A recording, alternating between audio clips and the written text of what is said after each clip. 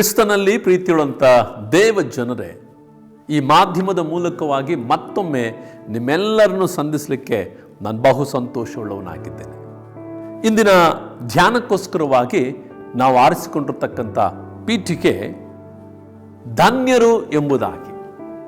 ಸತ್ಯವೇದದಲ್ಲಿ ಆದಿಕಾಂಡದಿಂದ ಹಿಡಿದು ಪ್ರಕಟಣೆ ಗ್ರಂಥದವರೆಗೂ ಅನೇಕ ಧನ್ಯತೆಗಳ ವಿಷಯದಲ್ಲಿ ಕರ್ತನಾದ ದೇವರು ತನ್ನ ಜನರಿಗೆ ಹೇಳುವುದನ್ನು ನಾವು ಕೇಳಿದ್ದೇವೆ. ಹಾಗೆ ಅನೇಕ ಪ್ರವಾದಿಗಳು ಸಹ ಧನ್ಯತೆ ಬಗ್ಗೆ ಮಾತನಾಡಿದ್ದಾರೆ. ಮತ್ತು ಕೀರ್ತನೆಗಳ ಪುಸ್ತಕದಲ್ಲಿ ನಾವು ಓದುವಾಗ ಅನೇಕ ಆ ಒಂದು ಕೀರ್ತನೆಗಳನ್ನು ಬರೆದಂಥ ಬರಹಗಾರರು ಸಹ ಅವರು ತಮ್ಮ ಅನುಭವದಲ್ಲಿ ಹೇಳಿದ್ದಾರೆ ಧನ್ಯತೆಯ ವಿಷಯದಲ್ಲಿ. ಆದರೆ ಕಡೆಯ ಪುಸ್ತಕವಾಗಿರ್ತಕ್ಕಂಥ ಪ್ರಕಟಣೆಯ ಗ್ರಂಥ, ಈ ಪ್ರಕಟಣೆ ಗ್ರಂಥದಲ್ಲಿ ಹೇಳಲ್ಪಟ್ಟ ಆ 7 ಧನ್ಯತೆಗಳ ಕುರಿತಾಗಿಯೇ ನಾನು ನಿಮ್ಮೊಂದಿಗೆ ಇಂದು ಮಾತನಾಡಲಿಕ್ಕೆ ಬಯಸುತ್ತಿದ್ದೇನೆ. ಈ ಅಂತ್ಯ ದಿನಮಾನಗಳಲ್ಲಿ ಸಭೆಯು ಹಾದು ಹೋಗುತ್ತಿರುವಾಗ ಸಭೆಗೆ ಬೇಕಾದಂಥ ಧನ್ಯತೆಯ ವಿಷಯವಾದಂಥ ವಿಚಾರಗಳು ನಮ್ಮ ಗಮನಕ್ಕಿರಬೇಕು. ಈ ಕೊನೆಯ ದಿನಮಾನಗಳಲ್ಲಿ ಅಂದರೆ ಪ್ರಕಟಣೆಯ ಪುಸ್ತಕದಲ್ಲಿ ದೇವರಾತ್ಮನು ದೇವ ಜನರನ್ನ ಸಭೆಯನ್ನ ನೋಡಿ 7 ವಿಧವಾದ ಧನ್ಯತೆಗಳ ಬಗ್ಗೆ ಮಾತನಾಡುತ್ತದೆ.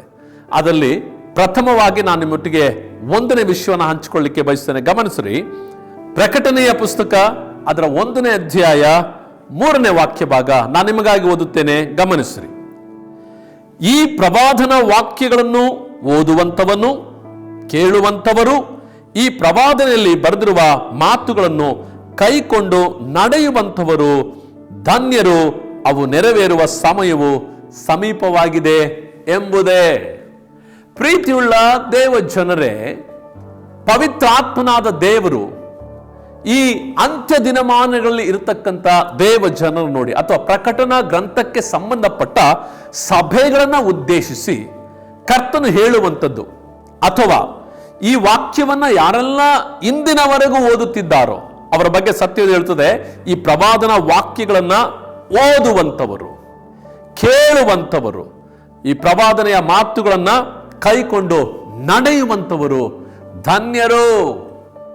ಆದುದರಿಂದ ಈ ಕೊನೆಯ ದಿನಮಾನಗಳಲ್ಲಿ ಸಭೆಗೋಸ್ಕರವಾಗಿ ದೇವರು ಕೊಟ್ಟಂತ ಈ ಪ್ರಕಟಣೆ, ಈ ಸಂದೇಶ, ಇದನ್ನು ಓದುವವರಾಗಿರಬಹುದು, ಈ ಪ್ರವಾದನೆಗಳನ್ನ ಕೇಳುವಂಥವರಾಗಿರಬಹುದು, ಈ ಪ್ರವಾದನೆ ಮಾತುಗಳಂತೆ ನಡೆಯುವವರಾಗಿರಬಹುದು, ಅವರೆಲ್ಲರೂ ಧನ್ಯರಾಗಿದ್ದಾರೆ ಎಂಬುದೇ. ಪ್ರೀತಿಯುಳ್ಳ ದೇವಜನರೇ, ಪ್ರವಾದನೆಗಳು, ಅನೇಕ ವಿಧವಾದ ಪ್ರವಾದನೆಗಳನ್ನ ಈ ಪ್ರಪಂಚದಲ್ಲಿ ನಾವು ಕಾಣುತ್ತೇವೆ. ಆದರೆ ಸಭೆಗೆ, ಈ ಅಂತ್ಯ ದಿನಮಾನಗಳಲ್ಲಿ ಇರುವಂತ ದೇವ ಜನರಿಗೆ ದೇವರಾತ್ಮನು ತಾನೇ ನೇರವಾಗಿ ನುಡಿದಂತ ಮಹತ್ತರವಾದ ಒಂದು ಪ್ರವಾದನೆಯಾಗಿದೆ ಈ ಪ್ರಕಟಣೆಯ ಪುಸ್ತಕ. ಇದರಲ್ಲಿರುವಂತ ವಿಷಯಗಳನ್ನ, ಇದರಲ್ಲಿರ್ತಕ್ಕಂಥ ಕಾರ್ಯಗಳನ್ನ ಓದುವಾಗ, ಅಥವಾ ಅದನ್ನು ಕೇಳಿಸಿಕೊಳ್ಳುವಾಗ, ಅಥವಾ ಅದರಂತೆ ನಡೆಯುವಾಗ ಅವರು ಧನ್ಯರಾಗಿದ್ದಾರೆ ಎಂಬುದಾಗಿ ಸತ್ಯವೇದ ಹೇಳುತ್ತದೆ. ಹಾಗಾದರೆ ಈ ಅಂತ್ಯ ದಿನಮಾನಗಳಲ್ಲಿ ಧನ್ಯತೆಯ ಮೊದಲನೇ ಹೆಜ್ಜೆ ಅವರು ಈ ಪ್ರವಾದನ ವಾಕ್ಯಗಳನ್ನ ಓದುವಂಥವರು, ಕೇಳುವಂಥವರು ಮತ್ತು ಅದರಂತೆ ನಡೆಯುವವರು ಧನ್ಯರು. ಎರಡನೇದಾಗಿ ಸತ್ಯವೇದ ಪ್ರಕಟಣೆ ಗ್ರಂಥದಲ್ಲಿ ಯಾರನ್ನ ಧನ್ಯರು ಎಂಬುದಾಗಿ ಕರೆಯುತ್ತಿದೆ. ಎರಡನೇದಾಗಿ ನಾನು ನಿಮಗಾಗಿ ಓದುತ್ತೇನೆ. ಗಮನಿಸ್ರಿ, ಪ್ರಕಟಣೆಗಳ ಪುಸ್ತಕ ಅದರ 14ನೇ ಅಧ್ಯಾಯ 13ನೇ ವಾಕ್ಯ ಭಾಗ ಈ ರೀತಿಯಾಗಿ ಹೇಳುತ್ತದೆ. ಗಮನಿಸ್ರಿ. ಪರಲೋಕದಿಂದ ಒಂದು ಶಬ್ದವು ನನಗೆ ಕೇಳಿಸಿತು, ಅದು ಇಂದಿನಿಂದ ಕರ್ತನ ಭಕ್ತರಾಗಿ ಸಾಯುವವರು ಧನ್ಯರು ಎಂಬುದಾಗಿ ಬರೇ ಎಂದು ನನಗೆ ಹೇಳಿತು. ಅದಕ್ಕೆ ಆತ್ಮನು, ಹೌದು, ಅವರು ಧನ್ಯರೇ, ಅವರ ಕಷ್ಟ ತೀರಿತು, ಅವರಿಗೆ ವಿಶ್ರಾಂತಿ ಆಗುವುದು, ಅವರ ಸುಕೃತ್ಯಗಳು ಅವರೊಡನೆ ಬರುವವು ಎಂದು ಹೇಳುತ್ತಾನೆ. ಹಲ್ಲೆಲೂಯಾ. ಪ್ರೀತಿಯುಳ್ಳ ದೇವಜನರೇ, ಎರಡನೇ ಧನ್ಯರು ಅಥವಾ ಎರಡನೇ ಧನ್ಯತೆ ಯಾವುದೆಲ್ಲ ಅಡಕವಾಗಿದೆ ಅಂದ್ರೆ, ಕ್ರಿಸ್ತನಲ್ಲಿ ಕರ್ತನ ಭಕ್ತರಾಗಿ ಈ ಕೊನೆಯ ದಿನಮಾನಗಳಲ್ಲಿ ಸಾಯುವಂಥವರು ಧನ್ಯರೇ. ಒಂದು ವೇಳೆ ಈ ಸಂದೇಶವನ್ನ ಕೇಳಿಸಿಕೊಳ್ತಿರ್ತಕ್ಕಂಥ ಪ್ರೀತಿಯುಳ್ಳ ಸಹೋದರ ಸಹೋದರಿ, ನಮಗೆ ಪ್ರಿಯರಾದವರನ್ನ, ನಮಗೆ ಬಹಳ ಹತ್ತಿರವಾಗಿದ್ದಂಥವ್ರನ್ನ ಕಳಕೊಂಡ ಅನುಭವ ಅನೇಕರಲ್ಲಿ ಇರಬಹುದು. ಅನೇಕರು ತಮ್ಮ ಪ್ರಿಯರನ್ನ ಕಳ್ಕೊಂಡು ವೇದನೆಯಲ್ಲಿ, ದುಃಖದಲ್ಲಿ, ಅಸಮಾಧಾನಗಳಲ್ಲಿ ಹಾದು ಹೋಗುತ್ತಿರುವಂಥ ಅನುಭವ. ನಿಮ್ಮ ನೋಡಿ ದೇವರ ಆತ್ಮನು ತಾನೇ ಒಂದು ಮಾತನ್ನು ನುಡಿಯುತ್ತಿದ್ದಾನೆ, ಇಂದಿನಿಂದ ಕರ್ತನ ಭಕ್ತರಾಗಿ ಸಾಯುವವರು ಧನ್ಯರು. ಇವತ್ತು ಅವ್ರು ನಮ್ಮನ್ನು ಅಗಲಿ ಹೋಗಿರಬಹುದು, ಆದರೆ ಅವರು ಒಂದು ಮಹಾ ಧನ್ಯತೆಯೊಳಗೆ ಪ್ರವೇಶ ಮಾಡಿದ್ದಾರೆ. ಜೀವಂತವಾಗಿ ಇರುವ ನಮ್ಮ ಬಗ್ಗೆ ಒಂದು ಧನ್ಯತೆ ಬಗ್ಗೆ ಮಾತನಾಡುವುದಾದ್ರೆ, ಸತ್ತು ಹೋಗಿರುವಂತ ಅಂದ್ರೆ ಕ್ರಿಸ್ತನಲ್ಲಿ ಮರಣ ಹೊಂದಿರುವಂತ ದೇವ ಜನರನ್ನು ನೋಡಿ ಸತ್ಯವೇದ ಹೇಳ್ತದೆ ಅವರು ಧನ್ಯರು.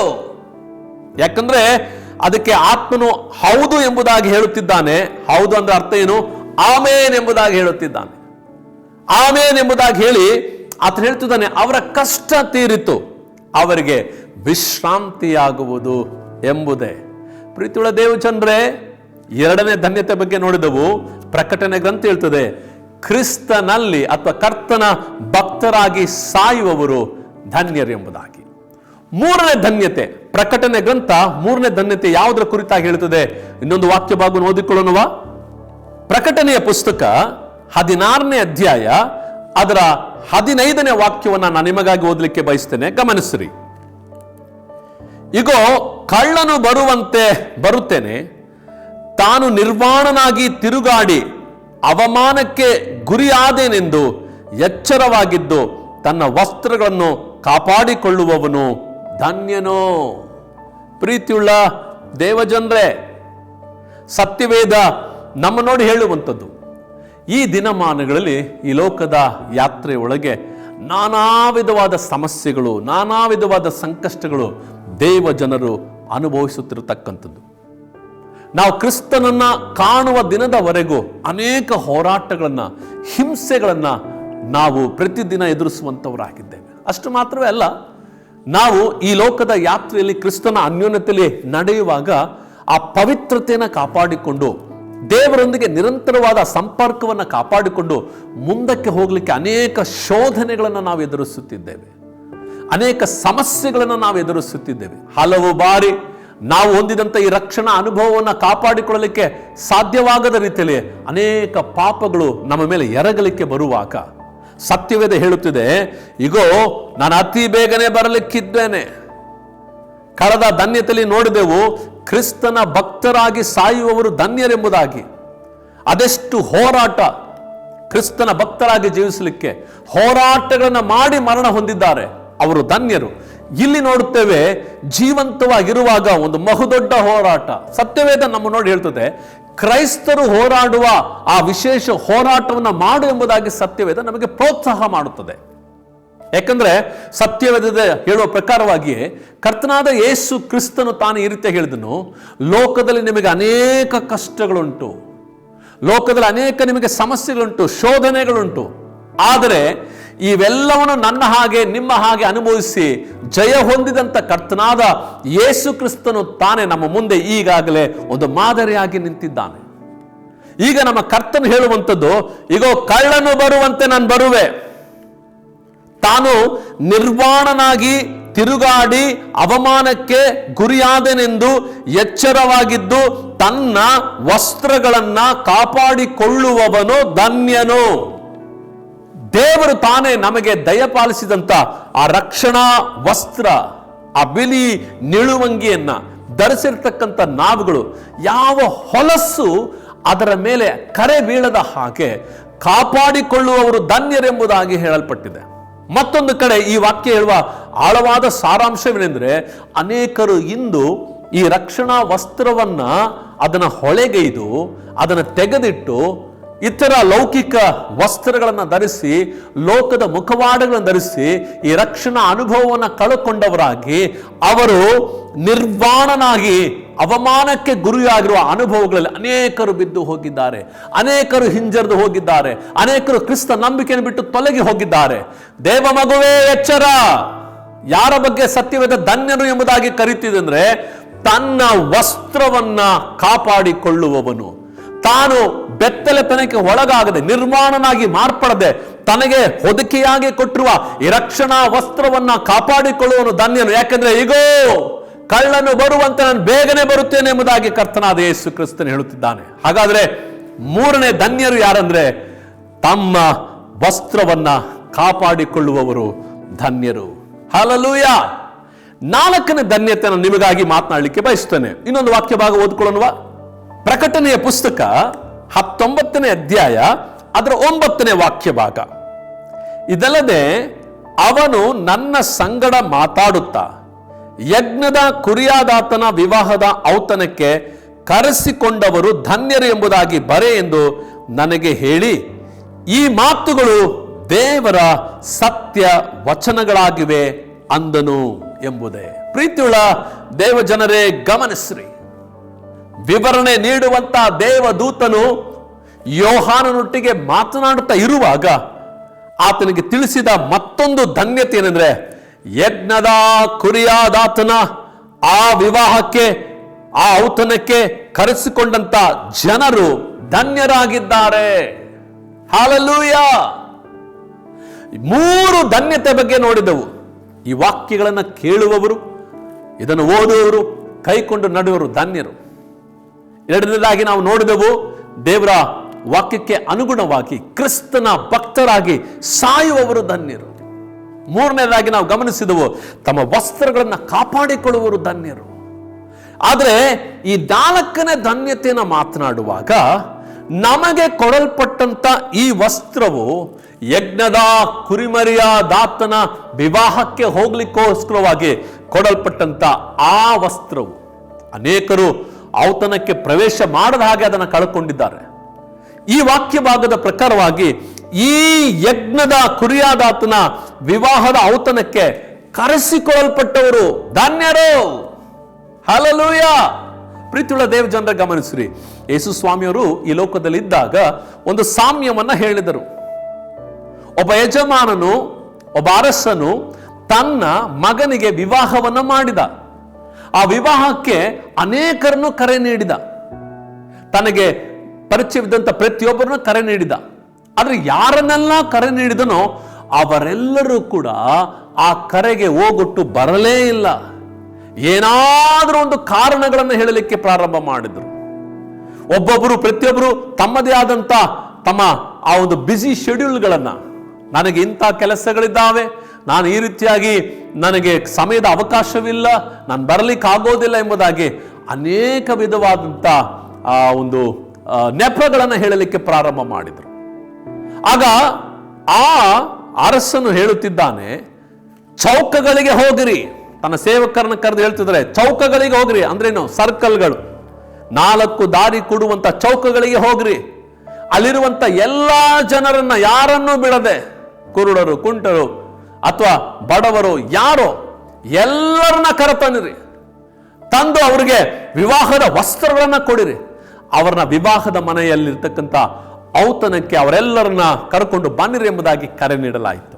ಪ್ರೀತಿಯುಳ್ಳ ದೇವ ಜನರೇ, ಕರ್ತನಿಂದ, ದೇವರಿಂದ ಕರೆಯಲ್ಪಟ್ಟಂತ ಅನೇಕರು ಒಂದು ವೇಳೆ ಹಿಂಜರಿದು ಹೋಗಿರಬಹುದು.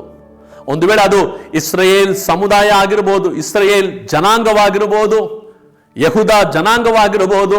ಆತನ ಕರೆಗೆ ಕಿವಿಗೊಡದೆ ಹೋಗಿರಬಹುದು ಸತ್ಯವೇದದ ಪ್ರಕಾರ. ಆದರೆ ಈ ಹಂತ ದಿನಮಾನಗಳಲ್ಲಿ ನಮ್ಮ ಸಂಗಡ ಇರುವಂತ ನಮ್ಮೆಲ್ಲರ ಸಹೋದರ ಸಹೋದರಿಯರು ಅನೇಕರು, ಕರೆಯಲ್ಪಟ್ಟವರು ಅನೇಕರು ಒಂದು ವೇಳೆ ಔತಣ ಕೂಟಕ್ಕೆ ಬಾರದೆ ತಪ್ಪಿಸಿಕೊಂಡಿರಬಹುದು, ನೆಪಗಳನ್ನು ಹೇಳುತ್ತಿರಬಹುದು. ಆದರೆ ನಿನ್ನ ಮತ್ತು ನನ್ನ ಪರಿಸ್ಥಿತಿ ಹೇಗಿದೆ ದೇವಜನವೇ?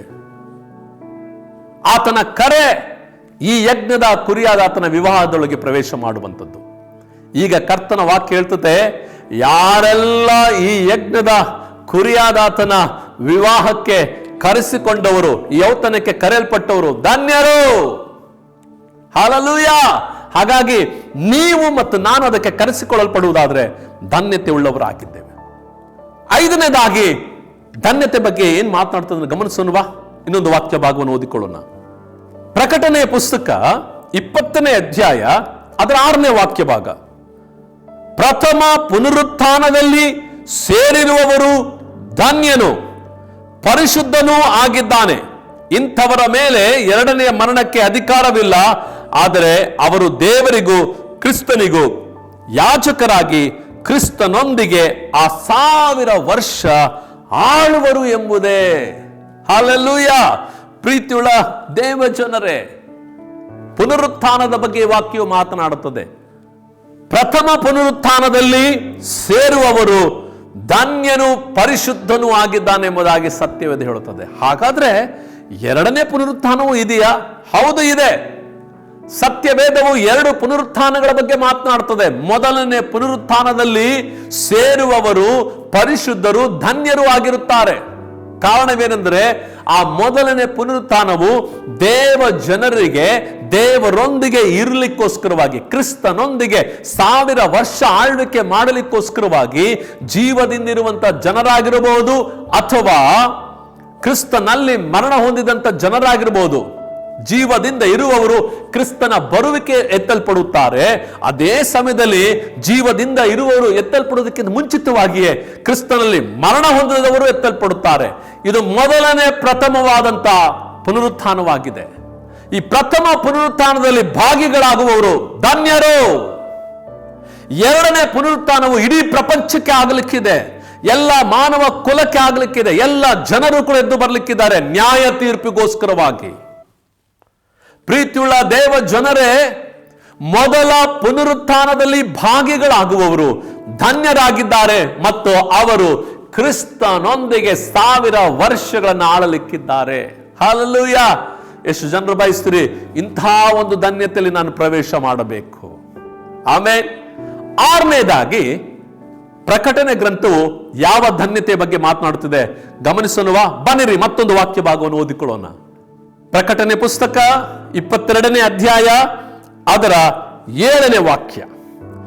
ಇಗೋ ಬೇಗನೆ ಬರುತ್ತೇನೆ, ಈ ಪುಸ್ತಕದಲ್ಲಿ ಬರೆದಿರುವ ಪ್ರವಾದನೆಯ ಮಾತುಗಳನ್ನು ಕೈಕೊಂಡು ನಡೆಯುವವನು ಧನ್ಯನು ಎಂದು ಹೇಳಿದನು.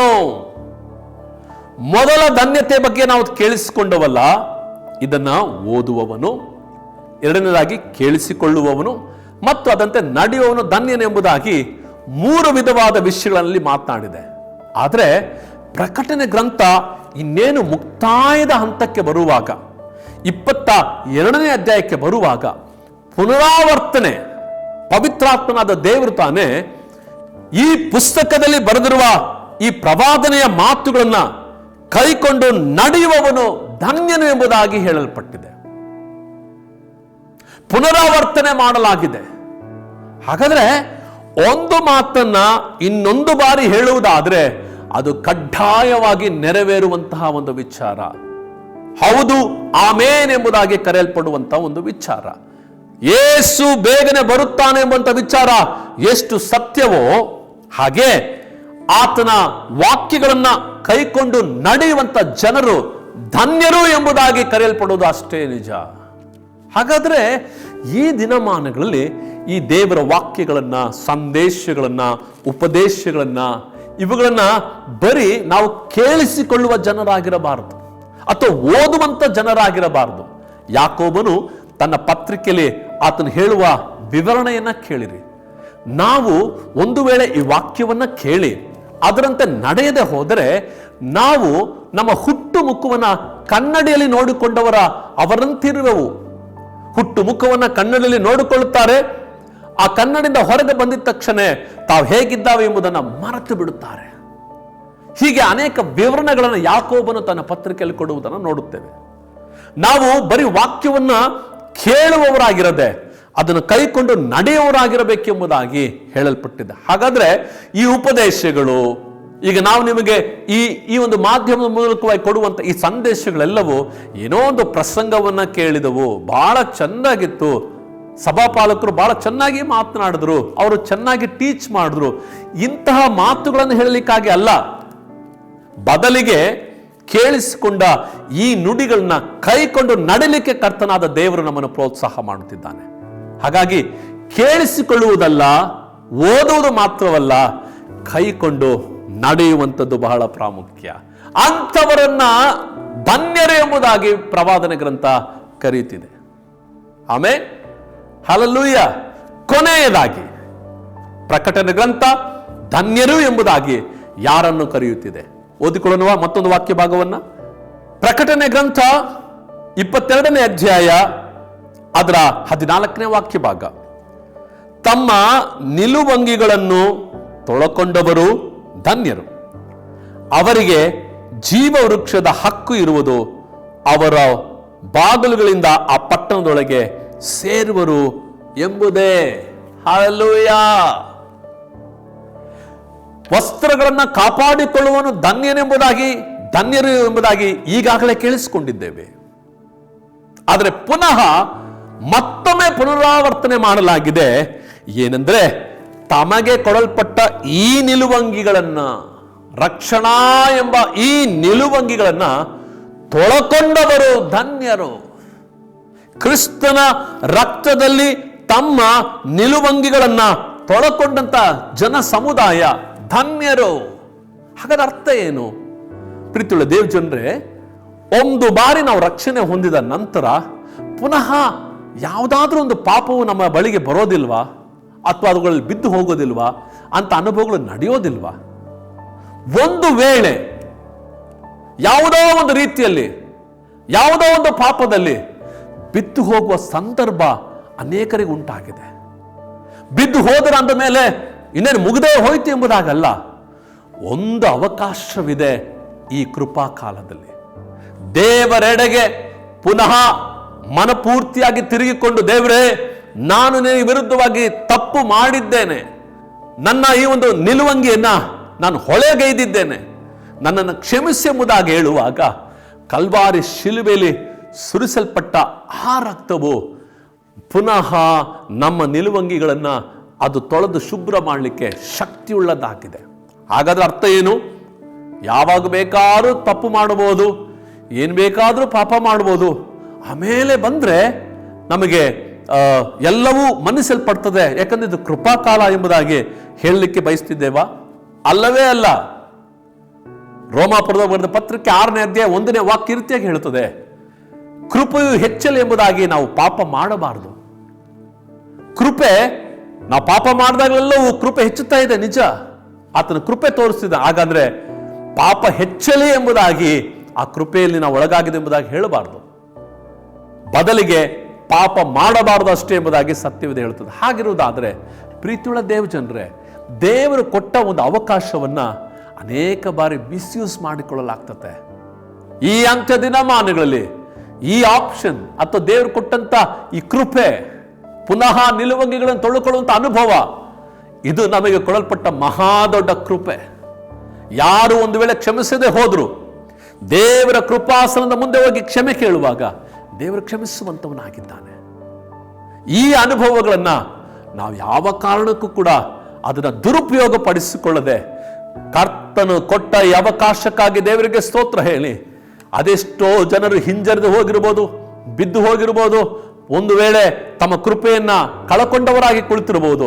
ಇದೊಂದು ಒಳ್ಳೆಯ ಅವಕಾಶ. ಈ ಸಮಯ ಕರ್ತನೆಡೆಗೆ ತಿರುಗಿಕೊಂಡವರಾಗಿ, ಇಗೋ ಕರ್ತನೆ, ನಾನು ಸಹ ನನ್ನ ನಿಲುವಂಗಿಯನ್ನ ರಕ್ತದಿಂದ ತೊಳ್ಕೊಳ್ಳಲಿಕ್ಕೆ, ಅಂದ್ರೆ ಯೇಸು ಕ್ರಿಸ್ತನ ರಕ್ತದಿಂದ ತೊಳ್ಕೊಳ್ಳಲಿಕ್ಕೆ ನಾನು ಸಿದ್ಧನಾಗಿದ್ದೇನೆ, ನನ್ನನ್ನು ಸೇರಿಸಿಕೋ, ನನ್ನನ್ನು ಸರಿಪಡಿಸು, ಶುಭ್ರಗೊಳಿಸಿ ಎಂಬುದಾಗಿ ಬೇಡುವುದಾದ್ರೆ ಕರ್ತನು ಈ ಧನ್ಯತೆಯೊಳಗೆ ನಮ್ಮನ್ನು ಸೇರಿಸುವಂತವನಾಗಿದ್ದಾನೆ. ಹಾಗಾಗಿ ಪ್ರಕಟಣೆ ಗ್ರಂಥವು ಈ 7 ಧನ್ಯತೆಗಳ ಬಗ್ಗೆ ಮಾತನಾಡುತ್ತಿದೆ. ಎಷ್ಟು ಜನ ಸಿದ್ಧರಾಗೋಣ ಇಂಥ ಧನ್ಯತೆಯೊಳಗೆ ಪ್ರವೇಶ ಮಾಡಲಿಕ್ಕೆ? ಬನ್ನಿರಿ, ನಮ್ಮನ್ನು ಕರ್ತನ ಕೈಯಲ್ಲಿ ಒಪ್ಪಿಸಿಕೊಟ್ಟು ಆ ಸಿದ್ಧತೆಗಾಗಿ ಪ್ರಾರ್ಥನೆ ಮಾಡಿಕೊಳ್ಳೋಣ. ಸರ್ವಶಕ್ತನಾದ ಪರಲೋಕದ ದೇವರೇ, ಪ್ರಕಟಣಾ ಗ್ರಂಥದಲ್ಲಿ ಹೇಳಲ್ಪಟ್ಟಿರುವ 7 ಧನ್ಯತೆಗಳು ನಮ್ಮ ಜೀವಿತದಲ್ಲಿ ನೆರವೇರುವಂತೆ ಸಹಾಯ ಮಾಡ್ರಿ. ಇದಕ್ಕೆ ನಾವು ಒಳಗಾಗುವಂತೆ ಸಹಾಯ ಮಾಡ್ರಿ. ಯಾರೊಬ್ಬರೂ ಇದರಿಂದ ತಪ್ಪಿಸಿಕೊಳ್ಳದಂತೆ, ಆ ವಿಷದ ಬೇರು ನಮ್ಮ ಒಳಗೆ ಬಾರದಂತೆ ಕರ್ತನು ತಾನೇ ನಮ್ಮನ್ನು ಸಂರಕ್ಷಿಸಿರಿ. ದೇವ ಜನರಾದ ನಮ್ಮೆಲ್ಲ ನಿನ್ನ ತೋಟಿಗೆ ಒಪ್ಪಿಸಿಕೊಡುತ್ತಾ ಯೇಸುವಿನ ನಾಮದಲ್ಲಿ ಬೇಡಿ ಹೊಂದಿದ್ದೇವೆ ಪರಲೋಕದ ಜೀವಳ ತಂದೆ. ಆಮೇನ್, ಆಮೇನ್, ಆಮೇನ್. ಹಲ್ಲೆಲೂಯಾ. ದೇವರು ತಾನೇ ವಾಕ್ಯಗಳನ್ನು ಆಶೀರ್ವದಿಸಲಿ. God bless you.